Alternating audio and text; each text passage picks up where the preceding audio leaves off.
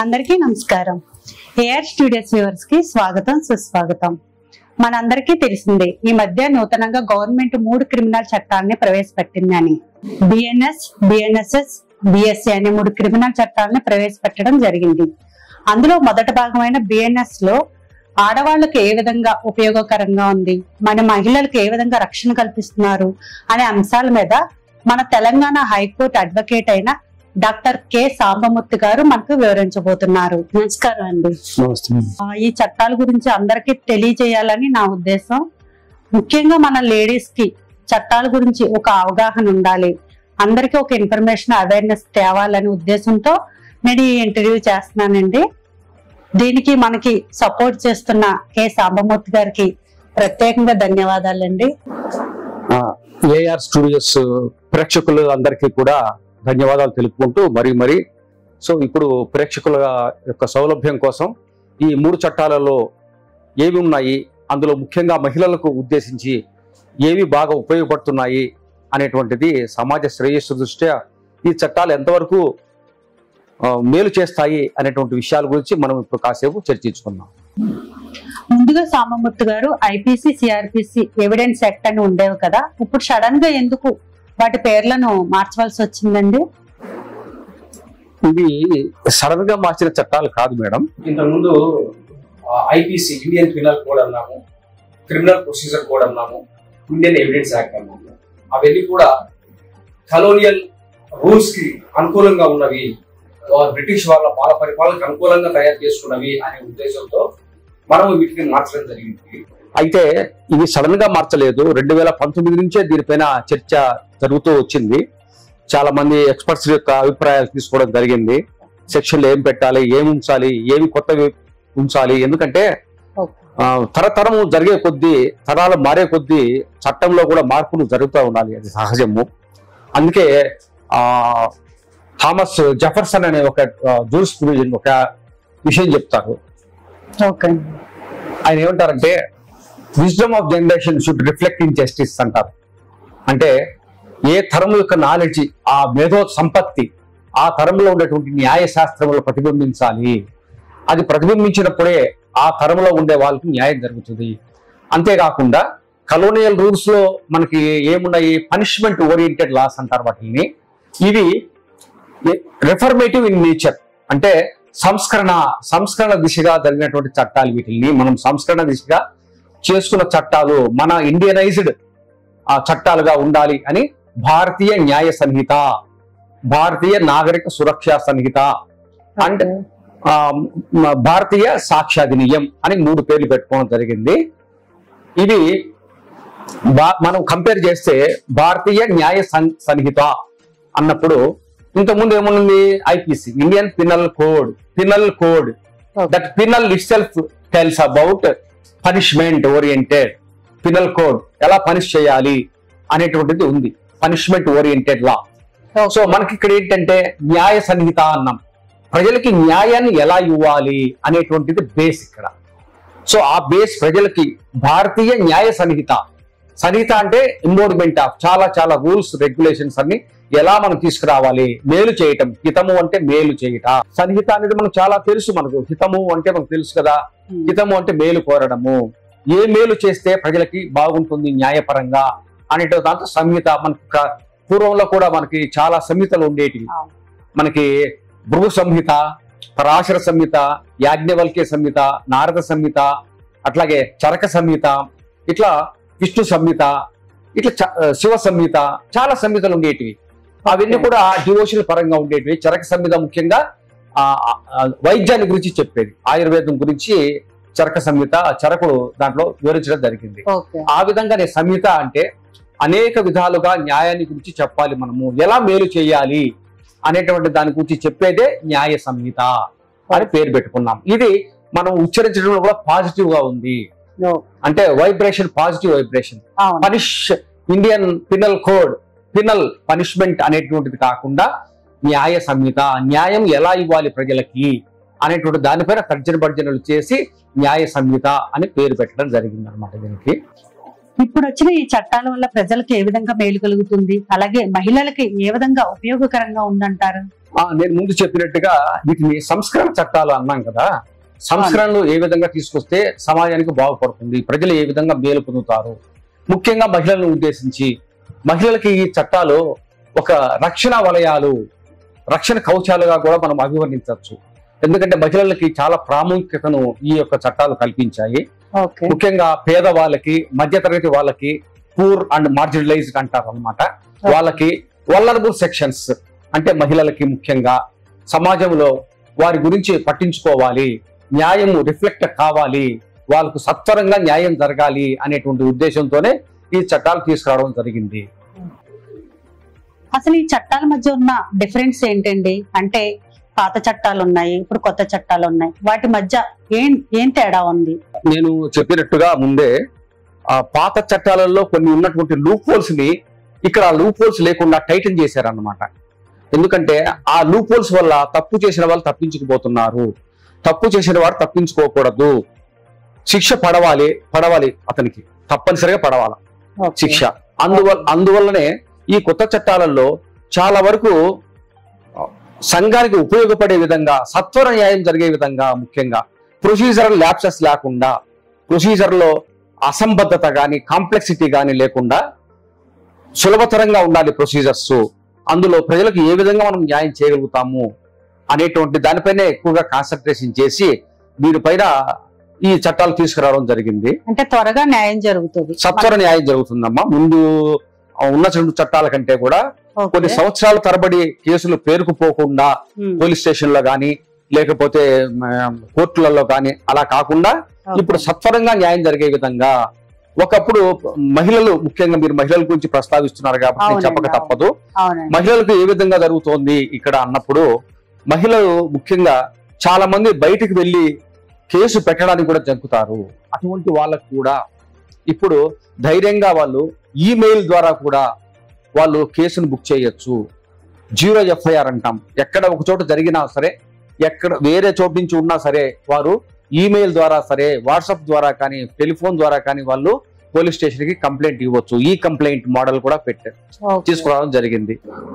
మీరు చెప్పింది exactly correct అండి. ఎందుకంటే లేడీస్ చాలా మంది అత్యాచారాలకు గురైనప్పుడు, మోసపోయినప్పుడు, కుటుంబంలో కూడా భర్త వల్ల ఏంటి, ఇంకా వేరే అత్తమామల వల్ల ఏంటి, ఎవరి ద్వారా అయినా ఏదైనా ప్రాబ్లమ్స్ వచ్చినప్పుడు వాళ్ళు కుటుంబం పరువు పోతుంది, బయటకు రాలేక, బయటకు చెప్పుకుంటే ఏమంటారు, ఏంటి, మన పరువు ఏమవుతుంది, ఇలాంటి చాలా చాలా కారణాల వల్ల మహిళలు అనేది బయటకు వచ్చి చెప్పుకోలేకపోతున్నారు. కానీ మీరు ఇప్పుడు చెప్పింది అయితే చాలా బాగుంది. మెయిల్ ద్వారా, ఆన్లైన్ ద్వారా, ఇలా మీరు వాళ్ళు ఫోన్ ద్వారా కూడా అవకాశాన్ని కల్పిస్తున్నారు కదండి. దీనికి సంబంధించిన నెంబర్లు అన్ని ఏంటంటారు, నెంబర్లు అవి వాటి గురించి ఏమన్నా చెప్తారా? మహిళలు ముఖ్యంగా వాళ్ళ వద్ద ఉన్నటువంటి పోలీస్ నెంబర్స్ కి 100 నెంబర్ ఉంటుంది. అందులో కూడా వాళ్ళు మెయిల్ పంపించవచ్చు. పోలీస్ స్టేషన్ దగ్గరగా ఉన్న పోలీస్ స్టేషన్ కూడా నెంబర్ అడగచ్చు. ముఖ్యంగా మీరు ఇందాక ప్రస్తావించారు, హస్బెండ్స్, భర్తలు కానీ లేకపోతే వారి యొక్క బంధువుల వల్ల కానీ మహిళలు చాలా అవస్థ పడుతుంటారు, హింసకు గురవుతుంటారు అని. దానికి మనం ఐపీసీలో 498A అని చెప్పుకున్నాం. అదేంటంటే హస్బెండ్ కానీ వాళ్ళ బంధువులు, దగ్గర బంధువులు కానీ గృహహింస కింద గురి చేసినప్పుడు ఆ అమ్మాయిలు పడేటువంటి మనోవేదన ఎలా ఉంటుంది అనేటువంటి దాని గురించి మీరు అడిగారు. దానికి ఇప్పుడు 498A ఐపీసీలో అది ఇప్పుడు వెళ్ళిపోయింది. ఆ సెక్షన్ ఐపీసీ లేదు కాబట్టి ఇప్పుడు దాన్ని బిఎన్ఎస్ లో భారతీయ న్యాయ సంహిత అనే దాంట్లో సెక్షన్ 85 కింద ఉన్నది. సెక్షన్ 85 కింద భర్త గాని లేకపోతే భర్త సంబంధించిన బంధువులు కానీ ఏమైనా నేరాలు చేసినట్లయితే ఈమె పట్ల సో దాన్ని తను చెప్పుకోవచ్చు. అయితే అంతకుముందు ఐపీసీలో 498A అనే దాంట్లో దేన్ని మనము హెరాస్మెంట్ కింద చూస్తాము అనేది చెప్పలేదు వాళ్ళు. దానికి క్రూయల్టీ అనేటువంటిది ఏంది, క్రూరత్వం అంటే ఏంటి అనేటువంటి దానికి నిర్వచనం లేదు. సో ఈ బిఎన్ఎస్ లో కొత్తగా ఏమొచ్చిందంటే మహిళలకి అనుకూలంగా క్రూరత్వం అంటే ఇది ఫలానది కలిపిస్తే క్రూరత్వం అవుతుంది అని దాన్ని డిఫైన్ చేశారు, నిర్వచనం చేశారు. సెక్షన్ 86 సెక్షన్ లో బిఎన్ఎస్ లో దానికి నిర్వచనం ఇవ్వడం జరిగింది. ఏమిచ్చారంటే ఆ నిర్వచనం ఏం చెప్పారంటే విల్ఫుల్లీ అంటే తన మనస్ఫూర్తిగా husband driving that women to commit suicide అంటే ఆ మహిళని సూసైడ్ చేసుకునేటువంటి విధంగా ప్రేరేపిస్తే దాన్ని క్రూరత్వం అంటాము. ఆ భర్త కానీ, భర్త తరపున అత్తమామలు కానీ ఎవరైనా సరే ఆ విధంగా ప్రేరేపిస్తే, ఆ అమ్మాయి సూసైడ్ చేసుకునే విధంగా ప్రేరేపిస్తే అది క్రూయల్టీ, దాన్ని క్రూరము అని కూడా చెప్పారు. అంతేకాకుండా లైఫ్ థ్రెటనింగ్ ఇవ్వటము, ఆ అమ్మాయికి లైఫ్ థ్రెటనింగ్ ఇవ్వటం, నువ్వు ఎందుకు బతుకున్నావు, నీ వల్ల నాకు సుఖం లేదు, సంతోషం లేదు, నువ్వు ఎందుకు చనిపోకూడదు అని ప్రతి మారు ఆ విధంగా ఆ అమ్మాయిని ఇబ్బంది పెట్టడము, లేక నిన్ను చంపేస్తాను నేను, లేక మీ బంధువులను చంపేస్తాను, మీ తల్లిదండ్రులను చంపేస్తాను అని థ్రెటన్ చేయటం అనమాట. అలా థ్రెటన్ చేయటము.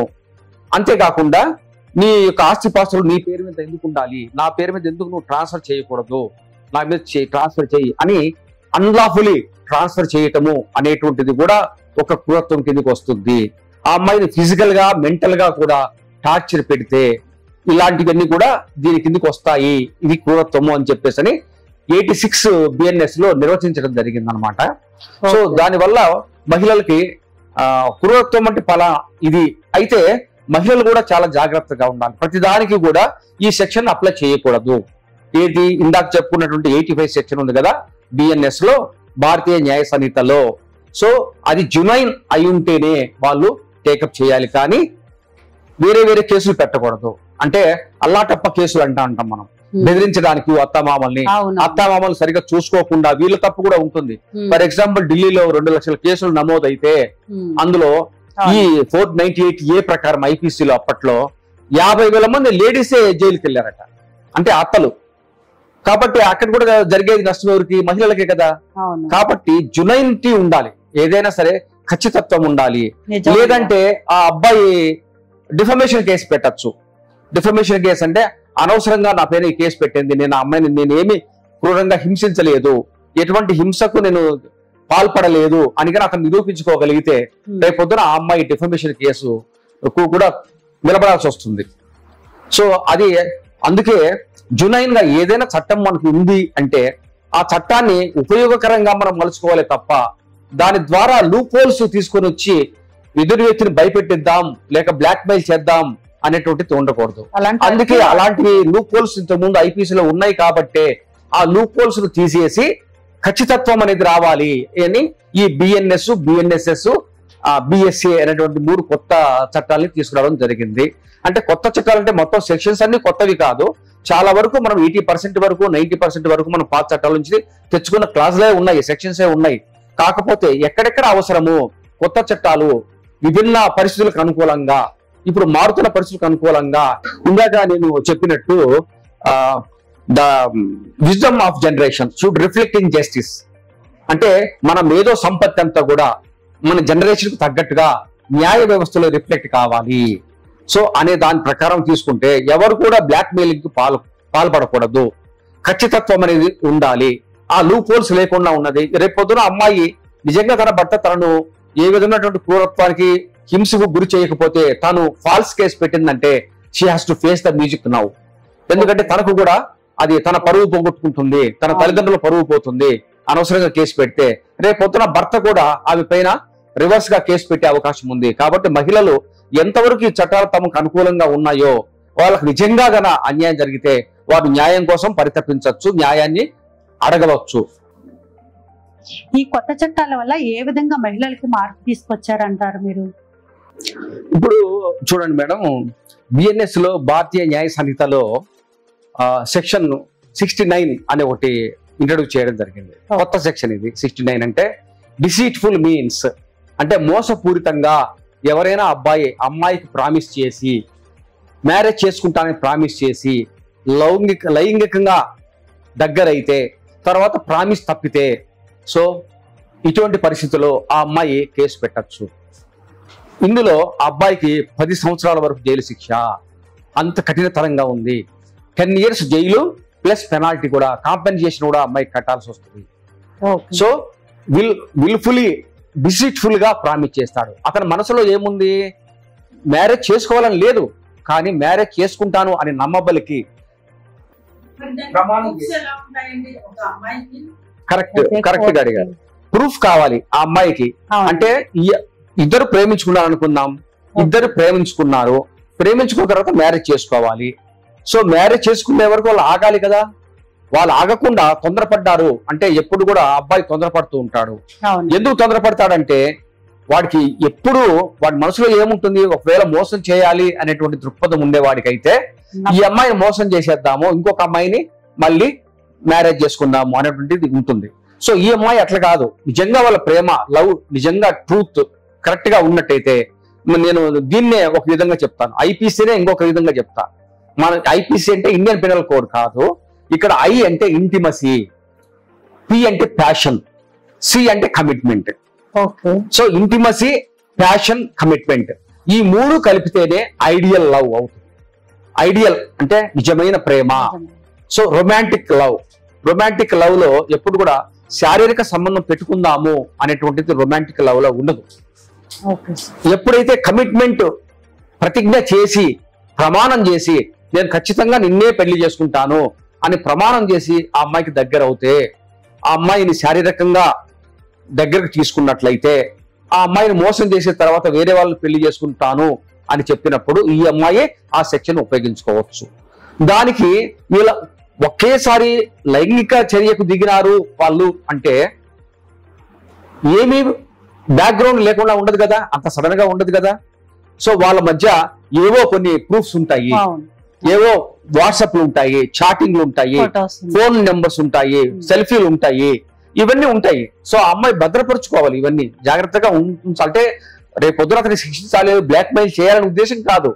వాళ్ళ దగ్గర ఉంటాయి కదా ఏవో కొన్ని ప్రూఫ్లు, ఆ ప్రూఫ్లని ఆ అమ్మాయి ఉపయోగించుకోవాలి. నిజంగా అతన్ని మోసం చేసి ఉంటే తనకి ఆ శిక్ష పడుతుంది.